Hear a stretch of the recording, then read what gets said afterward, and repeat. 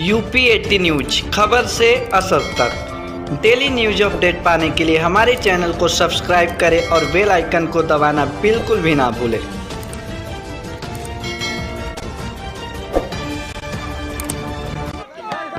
और आगे जाइए, और आगे, और आगे, ठीक है, थोड़ा सा और आगे, आराम से स्टैंड बना के, अरे नीचे कर लो ना, आराम से नीचे कर ली, थोड़ा नीचे कर लीजिए। सरदार सेना के द्वारा जनहित महारैली का आयोजन हुआ था। आज स्थापना दिवस उनका, और उनको बधाई। साथ ही सरदार पटेल जी ने जहां बारडोली में किसानों की रैली की थी, जिसके कारण से उसे सरदार की उपाधि मिली थी, और देश के रियासतों को आज़ादी के बाद जो एकीकरण उन्होंने किया, इस कारण से उसे लौह पुरुष के उपाधि दी जाती है, जिसे बहुत सम्मान से हम लोग जानते हैं। और इन महापुरुषों ने, चाहे गांधी जी हों, चाहे पटेल जी हों, चाहे नेहरू जी हों, इन्होंने श्रम का सम्मान किया। चाहे वो मेहनत करने वाले किसान हों, चाहे वो मजदूर हों, चाहे हमारे जूते चप्पल बनाने वाले हमारे दलित भाई हों, चाहे बुनकर साथी हों, श्रम का सम्मान इन महापुरुषों ने किया। लेकिन आज यहाँ जो दिखाई दे रहा है, जो मेहनत कश हैं, उसे पीछे धकेलने का काम किया जा रहा है।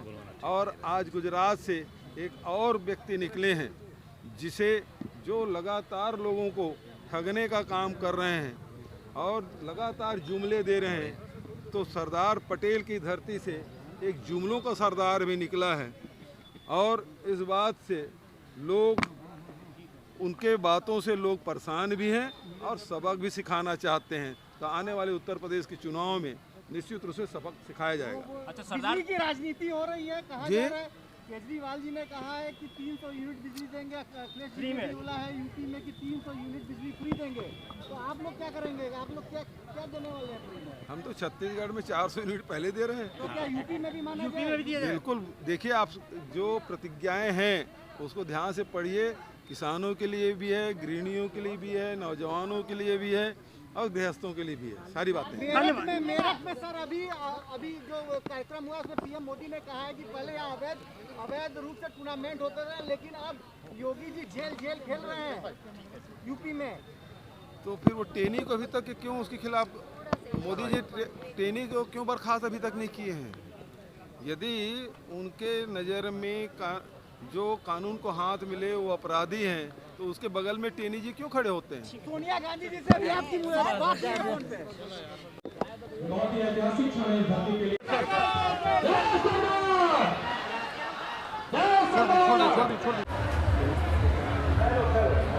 राज्य कमेटी के राजेश पटेल जी, डॉक्टर अरविंद वर्मा जी, दिनेश चौधरी जी, दिनेश पटेल जी, योगेश पटेल जी,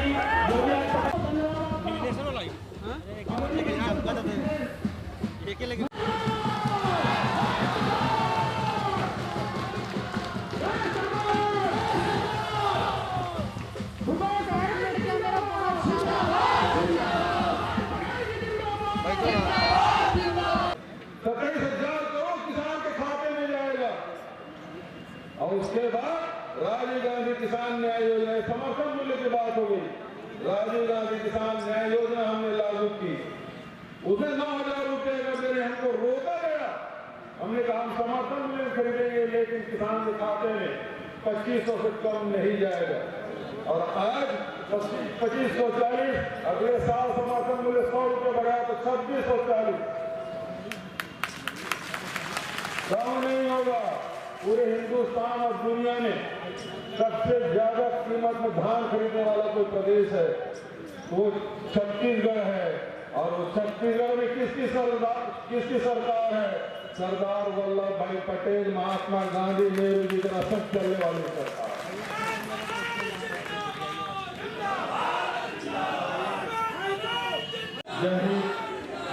संकल्प महारैली में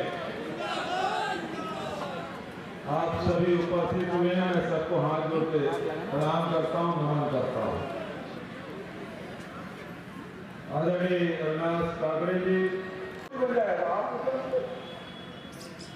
आप साथ रहा। आप आप हमारे साथ आइए, हम आपके मेहनत का सम्मान करेंगे। चाहे वो बुनकर हो, चाहे वो दलित हो, चाहे वो किसान हो, चाहे वो व्यापारी हो, जो मेहनत करने वाले सम्मान मिलेगा तो हमारी सरकार मिलेगी, क्योंकि हमने सम्मान किया है। हम गांधी के रास्ते में, सरदार पटेल के रास्ते में चलने वाले लोग। और इसके राज्य में ये तो राम नाम जपना पराया माला। 5 साल आपको पूछने वाले नहीं है। ये तो आपको, अरे जब कोरोना आया तो आपको ऑक्सीजन उपलब्ध नहीं कराता है। जब कोयले की संकट आया, बिजली की जरूरत है तो कोयला पूर्ति नहीं कर पाए। ये और आज जब खेती किसानी का सीजन है, आपको डीएपी नहीं मिल रहा है, यूरिया नहीं मिल रहा है। बताइए मिल रहा है डीएपी क्यों? क्योंकि आप किसान के नाम से, मेहनत कश के नाम से वोट नहीं मांगे और आपने दिया भी नहीं। आपने धर्म के नाम से वोट दिया था, आपने जाति के नाम से वोट दिया था। आपकी समस्या का निदान कौन करेगा? आपके समस्याओं का निदान करना है, आपके अपने हक और अधिकार के लिए लड़ना है। हमारे साथ आइए, साथी लोग बैठे हैं, आपके साथ कंधे से कंधे मिलकर आपकी लड़ाई लड़ेंगे, आपके हक के योजना बनाएंगे, कार्यक्रम लागू करेंगे। किसानों की सरकार बनाइए, मजदूरों के साथ सरकार बनाइए। आरक्षण की बात आप कह रहे थे, जनगणना की बात हुई, हमने कहा हम छत्तीसगढ़ में जनगणना करेंगे। कोई तो वही सवाल हमसे भी किया, आप 27% ओबीसी का आरक्षण दे रहे हैं, कैसे दे रहे हैं? हमने कहा हम जनगणना करके बताएंगे, हमारे 50% से अधिक वहां छत्तीसगढ़ में ओबीसी निवास करते हैं।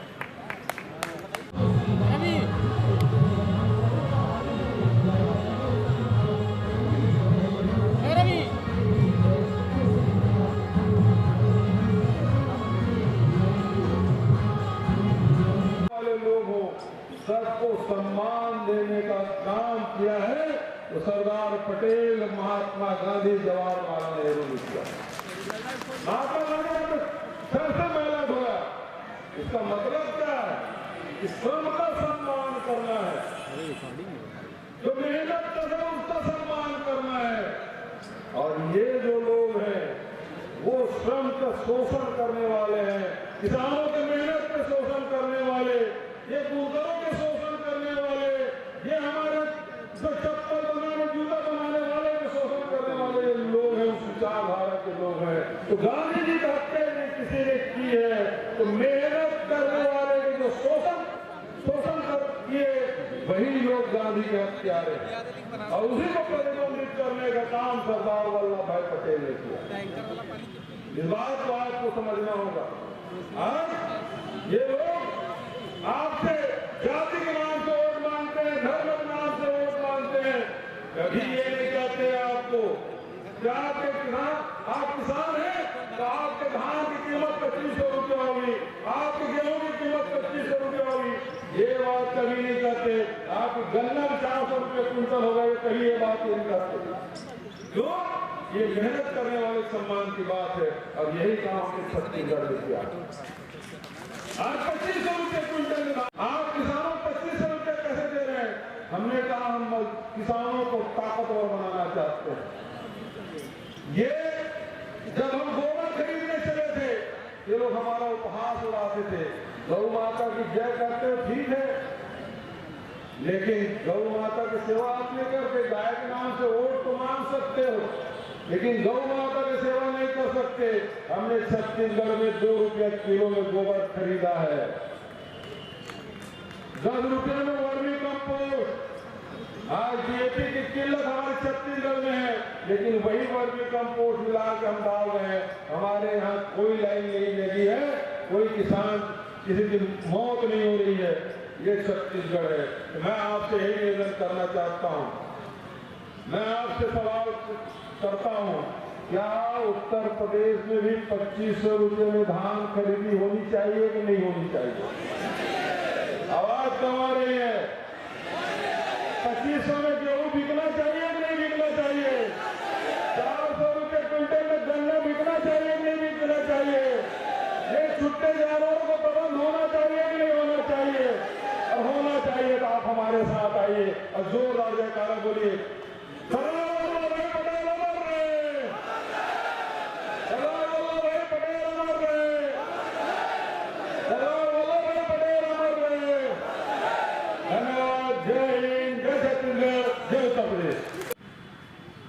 ये युवाओं के सरदार और ये देश का सरदार। इस युवा के सरदार से आपको सचेत रहना होगा क्योंकि वो सारे अधिकार आपको छीन लेना चाहते हैं। किसानों का अधिकार, नौजवानों का अधिकार, महिलाओं का अधिकार, दलितों के अधिकार, ओबीसी का अधिकार, सब अधिकार छीन लेना चाहते हैं। अभी भाई डॉक्टर आर.एस. पटेल जी आरक्षण की बात कर रहे थे। भैया जब रेलवे बिक जाएगा, जब एयरपोर्ट बिक जाएगा, जब सारे प्लांट ही बिक जाएगी तो फिर आरक्षण लेके करोगे क्या?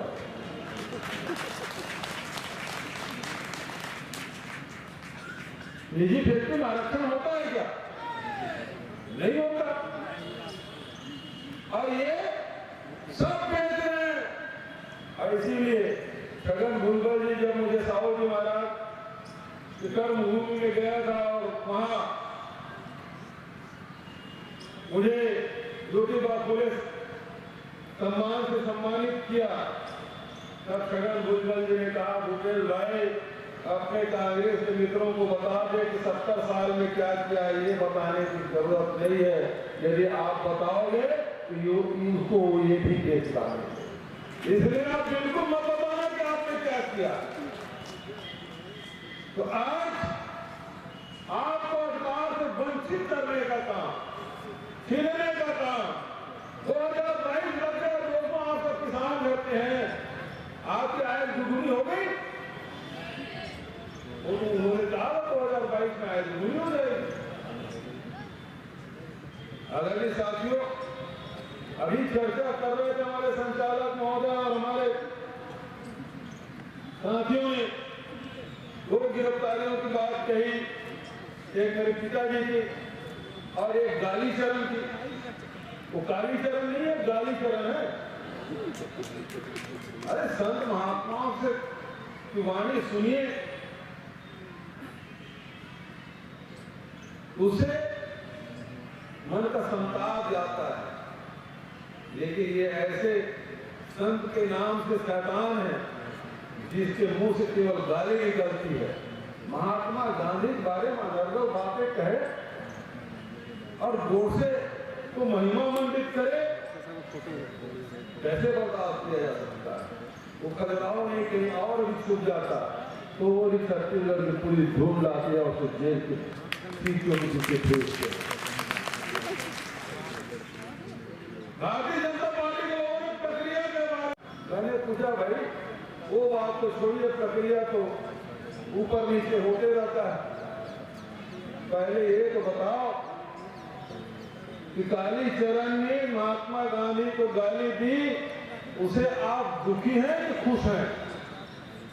देखिए, एक भी भारतीय जनता पार्टी के नेता की जुबान नहीं खुली। भारतीय जनता पार्टी के लोग गांधी की आजकल अपनाने लगे हैं, सरदार को भी अपनाना चाहते हैं। अरे वही सरदार है जो आरएसएस को प्रतिबंधित किया, ये वही सरदार है जिसके लिए 3000 करोड़ की उन्होंने मूर्ति लगाई।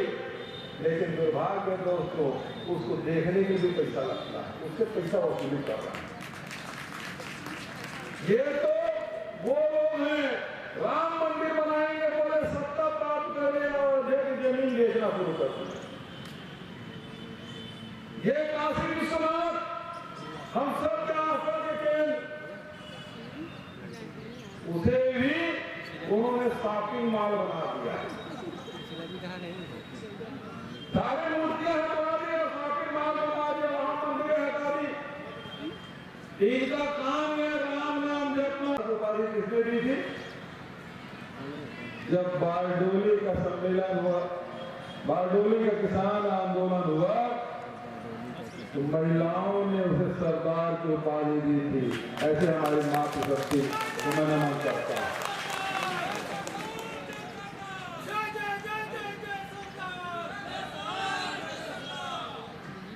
गुजरात से दो महापुरुष निकले जिसे हम महात्मा गांधी और सरदार वल्लभ भाई पटेल के नाम से जानते हैं, जिनके नेतृत्व में देश को आजादी मिली। देश की आजादी के बाद वल्लभ भाई पटेल गृह मंत्री बने, उप प्रधानमंत्री बने और देश की रियासतों को विलीनीकरण करने का काम किसी ने किया तो सरदार वल्लभ भाई पटेल ने किया। 550 से अधिक रियासतों को हिंदुस्तान में विलीन करने का काम किया, साहसिक काम किया, इसलिए उसे लौह पुरुष के नाम से हम सब जानते हैं।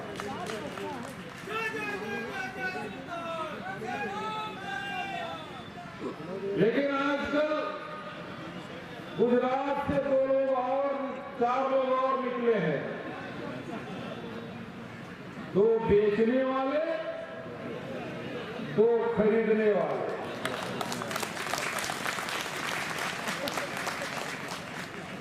उस सरदार ने देश की आजादी की लड़ाई लड़ी, किसानों के हक में उन्होंने आंदोलन किए, तब वो सरदार कहलाए। वो देश के सरदार, वो किसानों के सरदार, वो हमारी माताओं बहनों के द्वारा दिए गए नाम सरदार, हमारे माताओं बहनों ने उसे उपाधि दी, वो सरदार। और एक और सरदार जिसको मां गंगा ने बुलाया, जिन्होंने 2 करोड़ लोगों को रोजगार देने की बात कही थी, जो किसानों का आय के दुगुने करने की बात कही थी, जिन्होंने हर खाते में 15-15 लाख रुपए देने की बात कही थी, ये जुमलों का सरदार है। बाबू जगदेव सिंह कुशवाहा जी का चित्र